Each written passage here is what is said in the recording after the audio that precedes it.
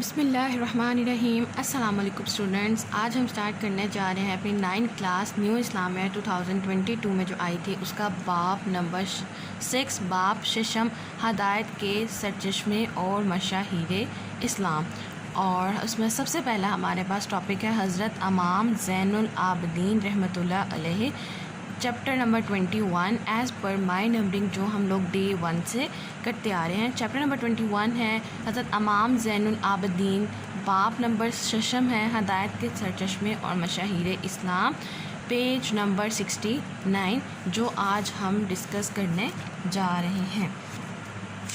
ہمارا سلیبس بہت جلد اختتام کی طرف جو ہے وہ پہنچ جا رہا ہے اور انشاءاللہ بہت جلد ہم اپنا سلیبس کمپلیٹ کر لیں گے۔ تو چلیں سٹارٹ کرتے ہیں اپنا آج کا سبق، باب ششم ہدایت کے سرچشمے اور مشاہیر اسلام۔ اہل بیت اطہار رضی اللہ تعالیٰ عنہ، اور اس میں سب سے پہلے ہم لوگ جن کو پڑھیں گے وہ ہیں حضرت امام زین العابدین۔ اپنے اسی طریقہ کار کے مطابق سب سے پہلے ہم لوگ پورے چیپٹر کو ریڈ آؤٹ کریں گے، اس میں امپورٹنٹ پوائنٹس کو انڈر لائن کریں گے فار ایم سی کیوز اور شارٹ پوائنٹ آف ویوز کے لیے، اور پھر موو کریں گے اپنی مشق کی طرف جس میں ہمارے پاس شروع سے 3 چیزیں آ رہی تھیں، ایم سی کیو، شارٹ آنسرز اور لانگ آنسرز۔ تو چلیں سٹارٹ کرتے ہیں سب سے پہلے ریڈنگ سے، اور اس میں کچھ امپورٹنٹ پوائنٹس دیکھتے ہیں جو ہمارے پاس ایم سی کیوز اور شارٹ دونوں کے لیے امپورٹنٹ ہیں۔ سیدنا زین العابدین نبی پاک صلی اللہ علیہ وآلہ وسلم کے خاندان کے عظیم فرد حضرت امام حسین کے صاحبزادے ہیں۔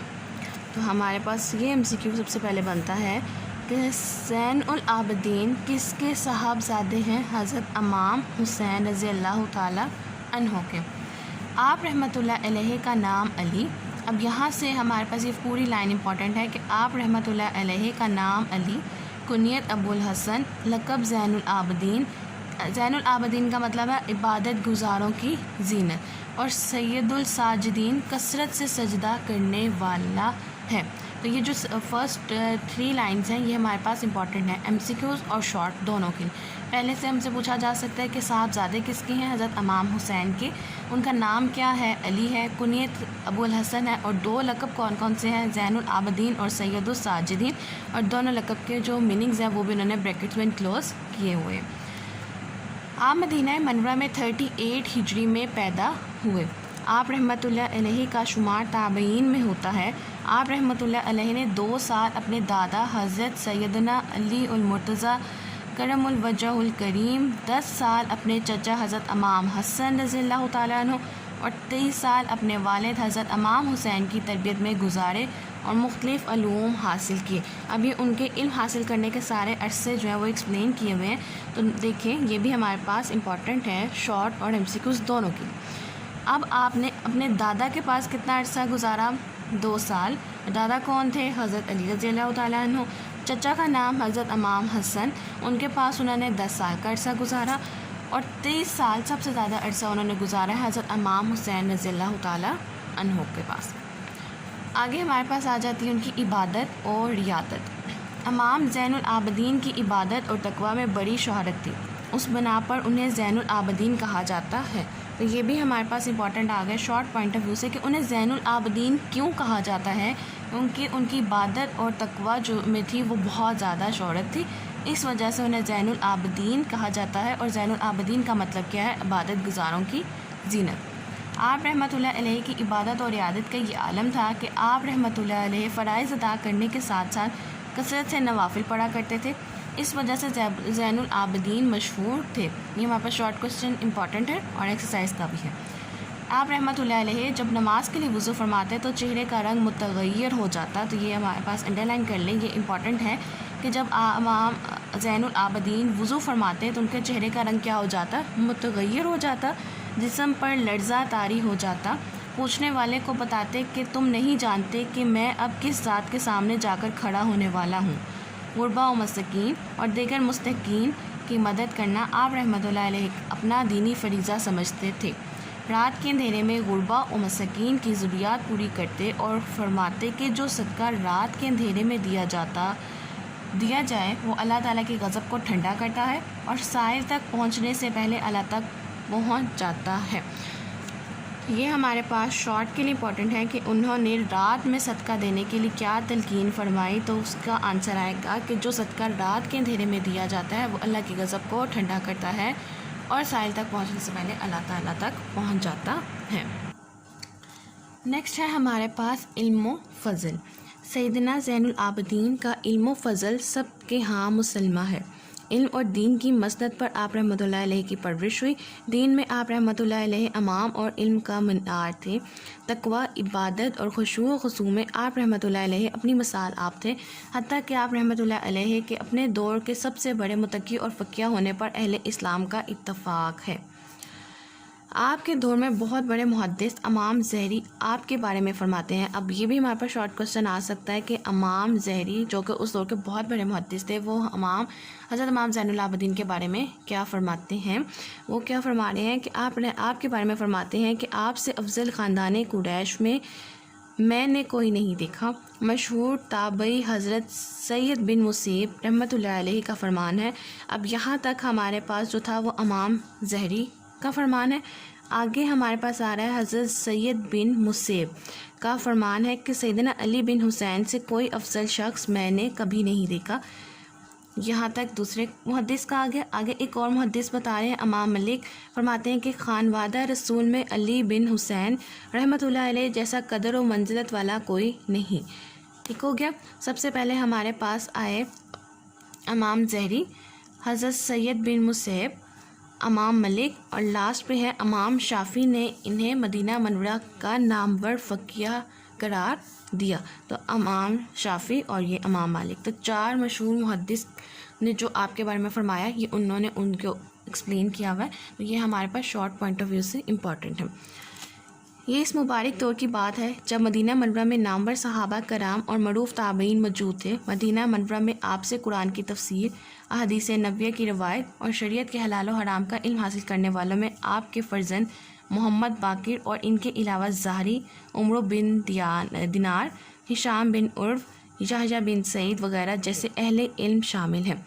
اب یہ بھی ہمارے پاس شارٹ کے لیے امپورٹنٹ کنسیڈر کیا جا سکتا ہے کہ نامور صحابہ کرام اور مشہور تابعین موجود ہے۔ تو مدینہ منورہ میں جو لوگ علم حاصل کر رہے تھے آپ کے پاس ان میں کون کون شامل تھا؟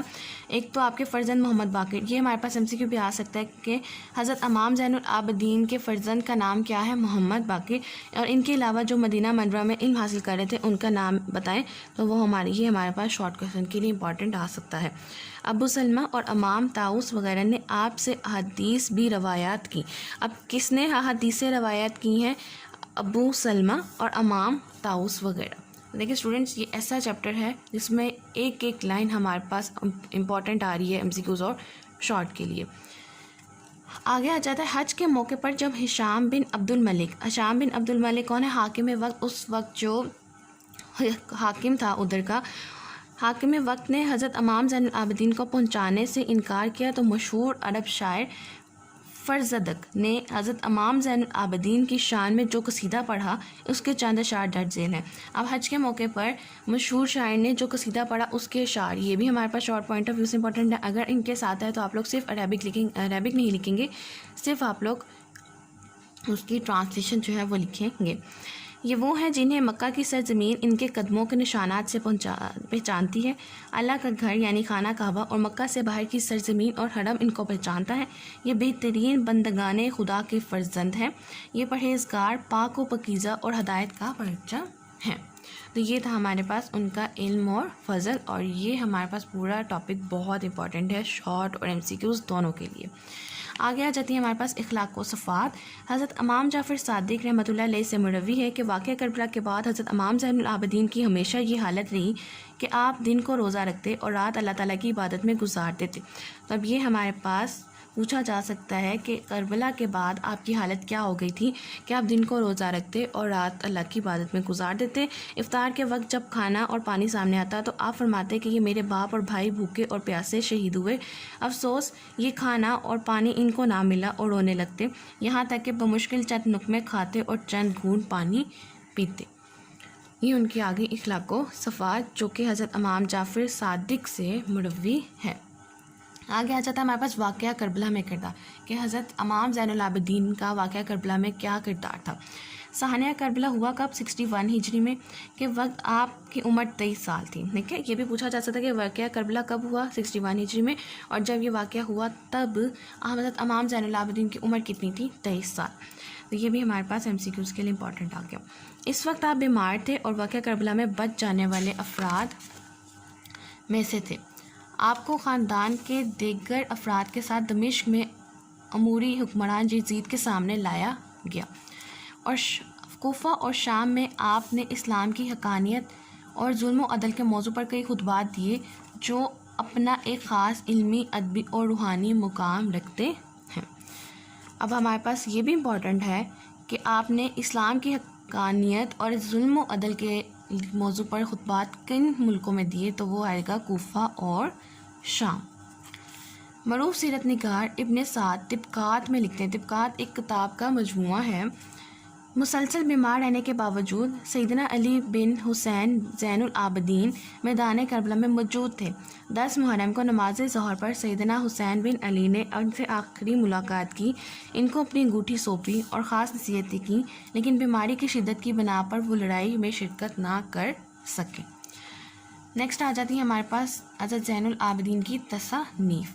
امام زین العابدین کی کتب میں صحیفہ سجادیہ کے نام سے دعاؤں پر مشتمل ایک کتاب بہت مشہور ہے، جو اہل تشیع میں حضرت علی کی معروف کتاب نہج البلاغہ کے بعد دوسری اہم ترین کتاب کی حیثیت رکھتی ہے۔